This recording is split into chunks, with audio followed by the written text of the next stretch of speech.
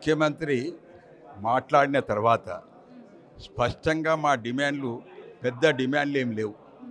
గతంలో వాళ్ళు మేనిఫెస్టోలో పొందుపరిచినటువంటి అంశాలే వాటిని పరిష్కరించమని కోరుతున్నాం. ఎందుకొరకంటే డిఏ ఇవ్వాలి, 5 డిఏలు ఇవ్వాలి. కేంద్ర ప్రభుత్వం మంజూరు చేసినప్పుడు మాకు కూడా మంజూరు చేయాలి. 5 విడతల నుంచి కేంద్ర ప్రభుత్వం మంజూరు చేస్తూ వచ్చింది, కానీ మన రాష్ట్ర ప్రభుత్వం మాత్రం ఒక్క విడత కూడా ఇవ్వదు. రేపు మళ్ళీ 6వ విడత వచ్చేటువంటి అవకాశం ఉండదు. కాబట్టి కరువు భత్యం ఎందుకు ఇస్తారు?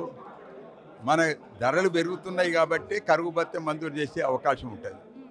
ఆ విధంగా దాన్ని కూడా మీరు ఇవ్వకపోతారు. అదేవిధంగా పిఆర్సీ 2023లో ఇవ్వాలి. 2023లో పిఆర్సీ వేసింది, కానీ నివేదిక తెప్పియలేదు. ఆ నివేదికను అమలు పరిచినటువంటి ఒక ఉదంతాలు లేవు, దాఖలం లేదు. మరి రేవంత్ రెడ్డి గారు అసలు ప్రభుత్వం దగ్గర పైసలు లేవు, నన్ను కోసుకు తిన్నా కూడా డబ్బులు లేవు, ఈవెన్ గుంతలు పుడ్చడానికి కూడా డబ్బులు లేవు అని అంటున్నారు. మరి మీరు అడుగుతున్న డిమాండ్స్ తీరుస్తారని మీకు అనిపిస్తుందా?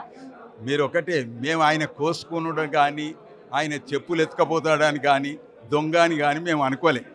ముఖ్యమంత్రి అంటే ఒక బాధ్యత కలిగినటువంటి ఒక ముఖ్యమంత్రి అనుకున్నాం తప్ప ఈ విధంగా మాట్లాడి మా మీద ప్రజలను మమ్మల్ని వేరువేరు చేసేటువంటి రీతిగా మాట్లాడతాడని మేము అనుకోవాలి. ఇదివరకు ఉన్న ముఖ్యమంత్రులు కూడా ఎన్నడూ కూడా ఇట్లా మాట్లాడలే. ఎంతోమంది ముఖ్యమంత్రులను చూసినాం.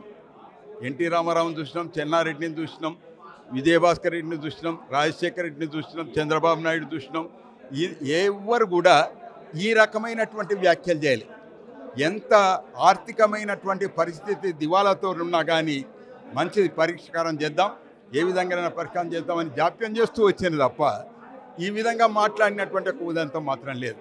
కాబట్టి ఆయన అన్నట్టుగా మేము మనుషులను కోసుకొని తినేటువంటి రాక్షసులం కాదు. మేము ఉద్యోగస్తులం. మా ఉద్యోగులను సంక్షేమం చూసేటువంటి ఒక బాధ్యత ముఖ్యమంత్రిపై ఉంటుంది, కానీ ప్రజల మీద రెచ్చగొట్టేటువంటి రీతిగా మాట్లాడేటువంటి ముఖ్యమంత్రిని మాత్రం ఈయననే చూస్తున్నాం. ఇటువంటి ముఖ్యమంత్రి మాత్రం మాకు సరి అయినటువంటి రీతిగా లేదని ఉద్యోగ ఉపాధ్యాయ కార్మిక పెన్షనర్లు అందరూ కూడా మమ్మల్ని పురిగొల్పుతుండ్రు. సార్, మీరు పూర్వములో ఎంతోమంది ముఖ్యమంత్రులతోటి సంప్రదింపులు చేసి సార్ రాయబారాలు చేసి బాగా సమస్యలు పరిష్కారం చేసిండ్రు. మీరు ఏం చేస్తుండ్రు? కాబట్టి ఇప్పటికైనా మీరు రండి, ముందుకు రండి అని అంటేనే శ్రీనివాస్ గౌడ్ గారి, దేవిప్రసాద్ గారి, స్వామి గౌడ్ గారి నేతృత్వంలో ఈ సమన్వయ సమితి ఏర్పాటు చేసినాం.